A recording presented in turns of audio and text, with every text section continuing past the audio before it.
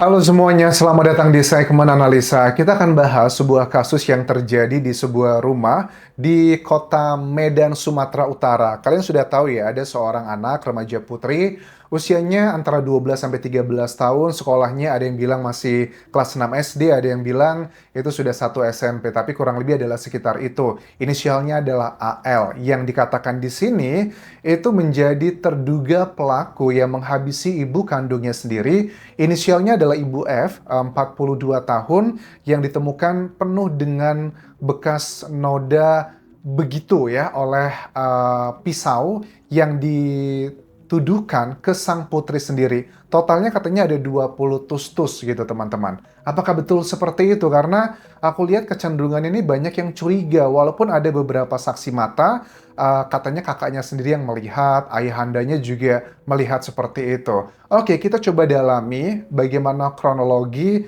motifnya, dugaannya seperti apa, hasil otopsinya juga harus menjadi salah satu landasan karena kalau keterangan dari anak yang masih berada di bawah usia 18 tahun tuh kayaknya agak sulit buat dipercaya, bahkan secara hukum pun itu nggak bisa berdiri sendiri. Oke, kita bahas kronologi awalnya teman-teman. Kejadiannya sekitar jam 5 pagi, tanggal 10 Desember 2025 di rumah mereka yang memiliki dua lantai. Satu keluarga ini terdiri dari 4 orang, ada ayah, ada ibu, dan juga dua kakak beradik, semuanya putri. Nah, di hari kejadian tersebut, ibundanya itu tidur di lantai 1 bareng sama dua putrinya. Sementara sang ayah itu tidur di lantai 1. Nah, ini kan banyak yang curiga nih, ini kenapa ya? Kok mereka suami istri tidurnya pisah? Ya mungkin aja sih nggak masalah gitu, apalagi sudah menikah lama kayaknya hal yang biasa. Tapi kan kecurigaan-kecurigaan itu bisa menjadi petunjuk. Setelah aku coba gali lebih dalam, oh ternyata mereka ini sedang dalam proses cerai. Ini aku dapatkan beritanya dari liputannya Buser ya, SCTV, yang di situ dinarasikan bahwa korban Ibu F ini sedang dalam proses perceraian. Waduh, ini kok semakin membuat kita ada sesuatu hal yang kayaknya visi di sini. Nah, di pagi hari itu, orang yang pertama kali menemukan siapa? Dikatakan di sini menurut suami atau ayah dari kedua korban dan juga pelaku, yang pertama kali menemukan adalah anak atau putri sulungnya. Pada saat itu dia bangun, pada saat bangun dia ngeliat ibundanya itu sudah berlumuran dengan noda merah, makanya dia teriak. Pada saat dia teriak itu dia juga ngeliat adiknya lagi megang pisau dapur dan dia diem aja dan berlumuran noda merah juga. Itu adalah statement dari kakak dari pelaku ataupun juga anak dari korban. Apakah itu benar atau enggak, ini juga namanya usia masih di bawah 17 tahun tuh sangat gampang buat dimanipulasi. Jadi harus merilai pada hal-hal yang sifatnya adalah scientific. Scientificnya seperti apa? Coba dicek di pisau dapur tersebut, apakah ditemukan ada jejak sidik jari selain milik dari si terduga pelaku AL tersebut yang berusia 12 tahun. Itu adalah data yang harus dicari tahu dari tim Inavisnya.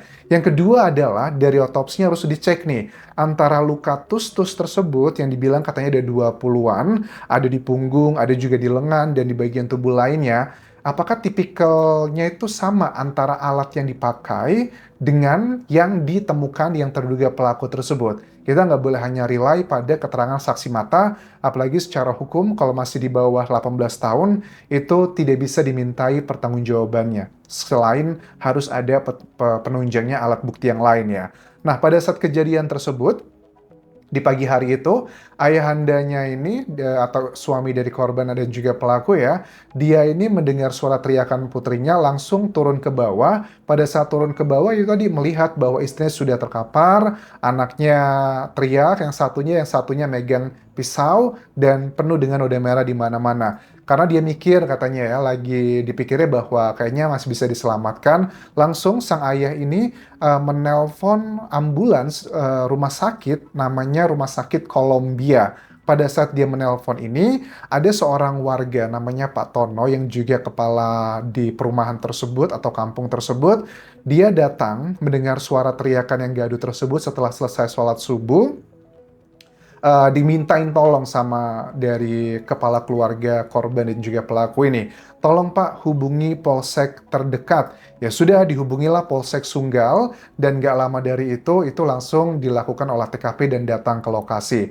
Setelah itu, apa yang terjadi? Yang terjadi adalah, kalau aku lihat di sini, polisi datang, si terduga pelaku AL itu dibawa ke kantor polisi. Pada saat dibawa ke kantor polisi kan kita lihat video yang viral, dia dibantu sama ayahnya ya, sebelahnya. Dia termasuk cukup tinggi ya aku lihat, walaupun 12 tahun, tapi dia cukup tinggi.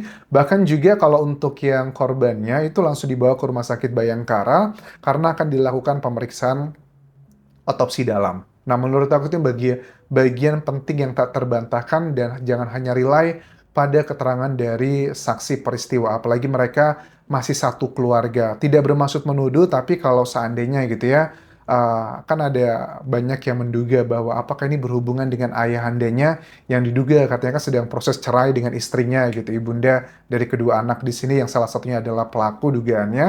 Apakah ini berhubungan dengan ke arah sana? Kita nggak boleh juga sih. Cuman kalau kita lihat dari kejanggalan-kejanggalan ini, ada yang bilang bahwa sang suami itu menolak untuk dilakukan otopsi. Kenapa kok menolak? Ya, kita pahami sih, memang di sebagian masyarakat Indonesia itu katanya ada yang masih tabu lah dengan hal seperti ini kan, takutnya nanti katanya ada keyakinan A, B, C, dan D, orang yang sudah berpulang pun masih bisa merasakan sakit. Tapi kalau seandainya tidak dilakukan otopsi, ini nggak bisa menjawab kecurigaan dari masyarakat, yang curiga bahwa kayaknya nggak mungkin anak kelas 6 SD tega melakukan hal seperti itu. Bahkan keterangan dari Pak Tono ini, dia mengatakan dengan tegas bahwa setiap hari itu saya melihat kok korban dan pelaku ini, ibu dan anak, itu selalu berangkat sekolah bareng. Nah, ibunya ini nganterin anaknya itu sekolah tiap hari, bahkan anaknya ini kan termasuk yang berprestasi. Kita lihat kan di sosial media itu banyak foto-foto yang beredar tentang prestasinya megang piala. Bahkan di video lamanya dulu, TikTokan bareng, joget-joget antara ibu dan satu keluarga ini.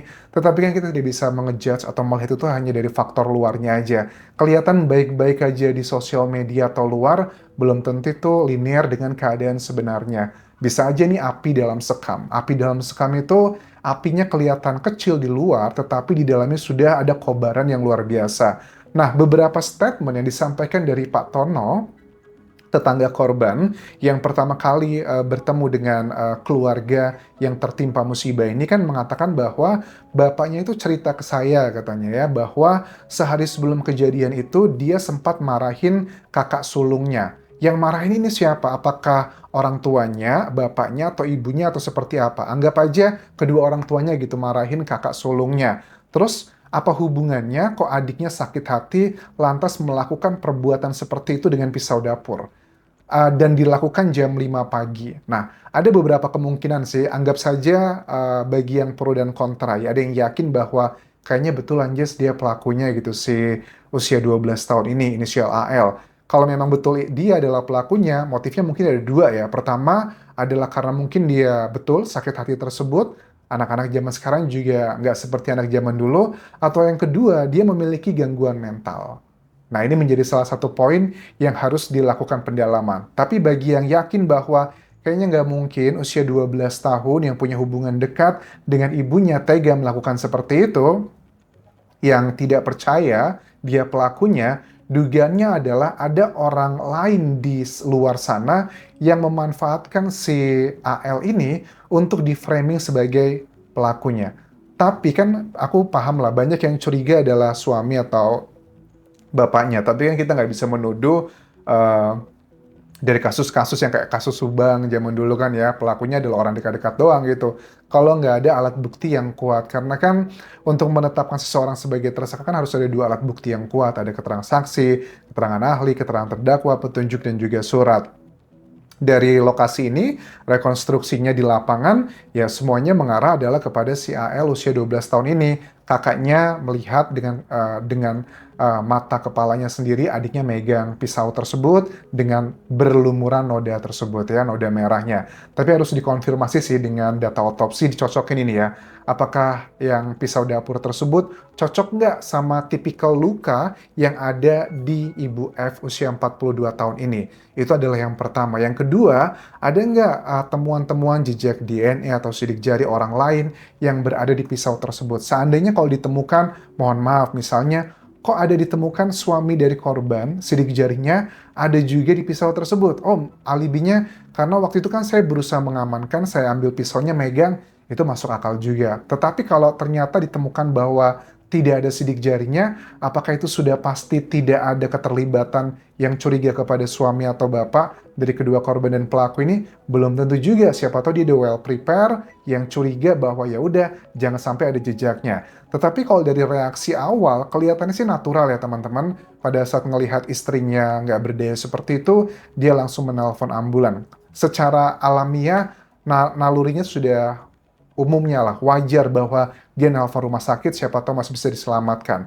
Terus nyuruh si Pak Tono untuk menghubungi polsek terdekat. Tetapi dengan adanya temuan dugaan mereka sedang dalam proses cerai, ini yang suka nggak suka semakin memberatkan posisi sang kepala keluarga di sini. Sekali lagi tidak ada menuduh, kalau dibilang bahwa anak tidak mungkin melakukan hal seperti itu, aku cek di Indonesia jejak digital, setahun terakhir ini ada 5 kasus yang pelakunya adalah antara ibu dan juga anak sendiri. Itu yang terjadi di Indonesia, yang ketahuan, yang viral di Indonesia ada 5 kasus. Jadi bukan hal yang baru. Tetapi jujur secara naluri dan juga pandangan mata, ngelihat tampang dari si terduga pelaku, masa sih seimut ini tega melakukan seperti itu? Ya, don't judge a book by its cover gitu. Harus ditunjang dengan alat-alat bukti, data otopsi yang harus bisa mengkonfirmasi ini semuanya. Kalau kita lihat sekarang diperiksa kan dari si terduga pelaku ini di Polrestabes Medan ya, saat ini dibawa ke sana, dia kelihatan cukup diam, didampingi sama ayahnya, dan nggak banyak ekspresi. Uh, aku sih masih agak sedikit nggak 100% yakin bahwa dia adalah pelakunya sih jujur ya. Karena ada beberapa hal yang common sense-nya nggak masuk akal sih. Pagi-pagi buta gitu loh. Cuman ya kita lihat nanti ya perkembangannya seperti apa. Kalau memang dia betul adalah pelakunya ya jangan sampai kita mengorbankan orang yang bukan pelakunya hanya karena hal-hal yang sifatnya subjektif. Apalagi hukumannya juga ini nggak main-main loh. Bisa 15 tahun atau bahkan seumur hidup kalau terbukti ada direncanakan. Oke, thank you for watching teman-teman. Kalau ada update terbaru silahkan kabari ke sosial mediaku, baik di Instagram, Facebook page, ataupun juga di TikTok, atau juga komentar di YouTube ini. Sampai jumpa semuanya, bye.